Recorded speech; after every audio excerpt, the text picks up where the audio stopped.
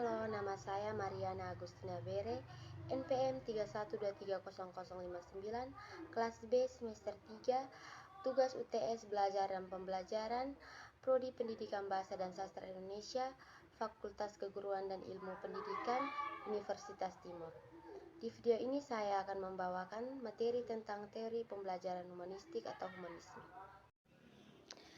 Teori belajar humanistik atau humanisme adalah salah satu pendekatan yang sangat menekankan pada aspek-aspek psikologis, emosional, dan sosial dalam proses pendidikan.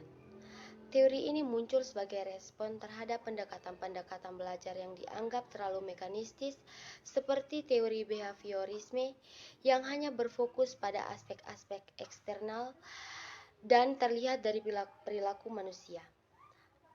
Sebaliknya, teori humanistik menempatkan manusia sebagai individu yang memiliki kehendak bebas, emosi, dan kemampuan untuk menentukan nasib dan perkembangan dirinya sendiri. Tokoh-tokoh menurut para ahli yang pertama itu Abraham Maslow. Maslow adalah salah satu tokoh terpenting dalam teori humanistik dan terkenal dengan teori hierarki kebutuhan. Dalam teorinya, Maslow menjelaskan bahwa manusia memiliki 5 tingkatan kebutuhan yang harus dipenuhi secara berurutan, yaitu yang pertama, kebutuhan fisiologis. Kebutuhan fisiologis ini adalah kebutuhan dasar manusia seperti makanan, air, tempat tinggal, dan tempat tidur. Yang kedua, kebutuhan keamanan. Setelah kebutuhan dasar terpenuhi, individu akan mencari keamanan dan perlindungan dari ancaman fisik dan psikologis. Yang ketiga, kebutuhan sosial. Manusia juga memiliki kebutuhan dan hubungan sosial seperti kasih sayang, persahabatan, dan perasaan memiliki.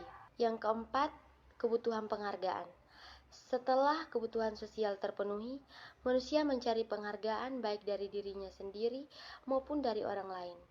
Ini meliputi rasa percaya diri, prestasi, dan pengakuan dari orang lain. Yang kelima, aktualisasi diri. Ini adalah puncak dari hierarki kebutuhan, di mana individu mencapai potensi penuh mereka, menjadi versi terbaik dari diri mereka sendiri, dan menemukan makna hidup. Dalam konteks pendidikan, aktualisasi diri menjadi tujuan utama, yaitu membantu siswa berkembang secara penuh. Bagi Maslow, pendidikan tidak hanya sebatas mengajarkan materi pelajaran, tetapi juga memfasilitasi pertumbuhan ke arah pencapaian diri yang maksimal. Yang kedua, Charles Rogers. Tokoh psikologis humanistik lainnya memperkenalkan konsep pembelajaran berpusat pada siswa.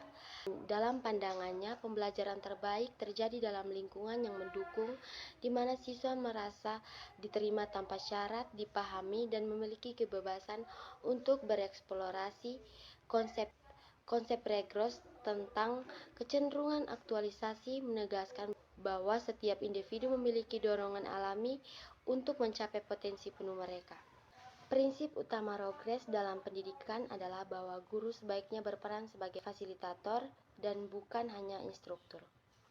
Guru harus menciptakan kondisi di mana siswa dapat belajar dengan cara yang paling cocok untuk mereka sendiri, berdasarkan minat dan pengalaman pribadi. Rogers juga menekankan pentingnya empati dalam proses pendidikan. Guru harus mampu memahami dunia dari sudut pandang siswa, sehingga menciptakan lingkungan yang penuh dukungan, penghargaan, dan empati. Yang ketiga, Arthur W. Combs.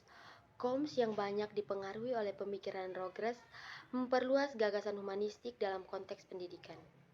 Ia berpendapat bahwa pembelajaran bukan hanya soal memperoleh informasi atau keterampilan, tetapi juga soal perubahan dalam cara seseorang memandang dirinya sendiri dan dunianya. Belajar adalah proses personal yang melibatkan pengembangan pandangan hidup dan kesadaran diri yang lebih dalam.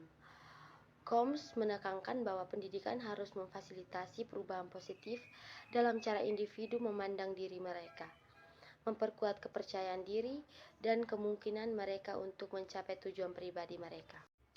Prinsip-prinsip utama teori humanistik dalam pembelajaran. Yang pertama, penghargaan pada potensi individu. Teori humanistik sangat menghargai potensi setiap individu. Menurut pendekatan ini, setiap siswa memiliki kemampuan unik yang harus dikembangkan, bukan hanya dilihat dari segi intelektual, tetapi juga dari segi emosional dan moral. Oleh karena itu, pendidikan harus memfasilitasi perkembangan setiap individu dengan cara yang mendukung pertumbuhan pribadi dan kebebasan.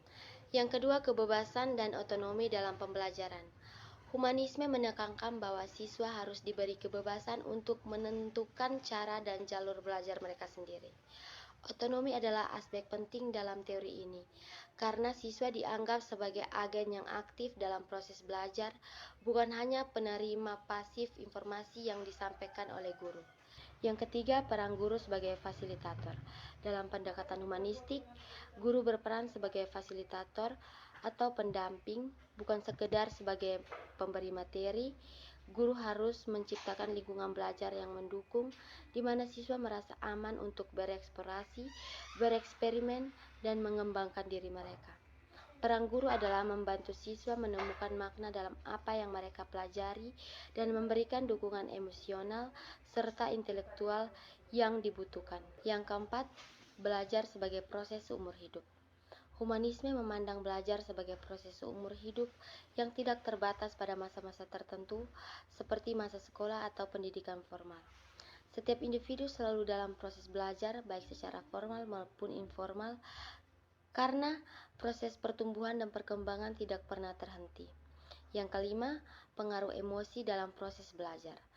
Emosi memainkan peran yang sangat penting dalam teori humanistik.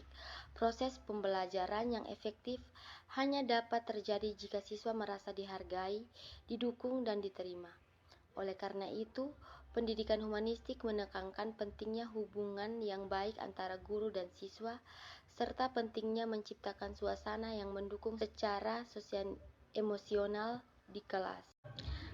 Aplikasi teori humanistik dalam praktik pendidikan.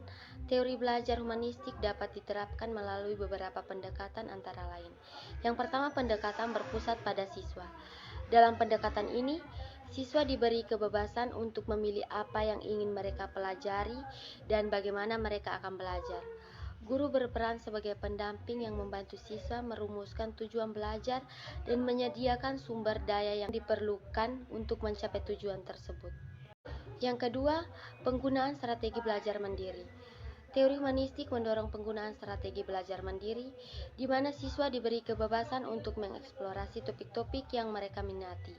Dengan demikian, pembelajaran menjadi lebih bermakna dan relevan bagi siswa. Yang ketiga, pemberian umpan balik yang membangun. Dalam lingkungan belajar humanistik, umpan balik diberikan dengan cara yang membangun, mendorong siswa untuk terus berkembang tanpa menghakimi atau merendahkan. Guru harus memperhatikan emosi siswa dalam memberikan kritik atau umpan balik sehingga mereka tidak merasa tertekan atau cemas. Yang keempat, pengembangan hubungan guru atau siswa yang positif. Hubungan yang baik antara guru dan siswa sangat penting dalam teori humanistik. Guru harus menciptakan suasana yang konduktif, di mana siswa merasa dihargai, dipahami, dan diberi kebebasan untuk berekspresi.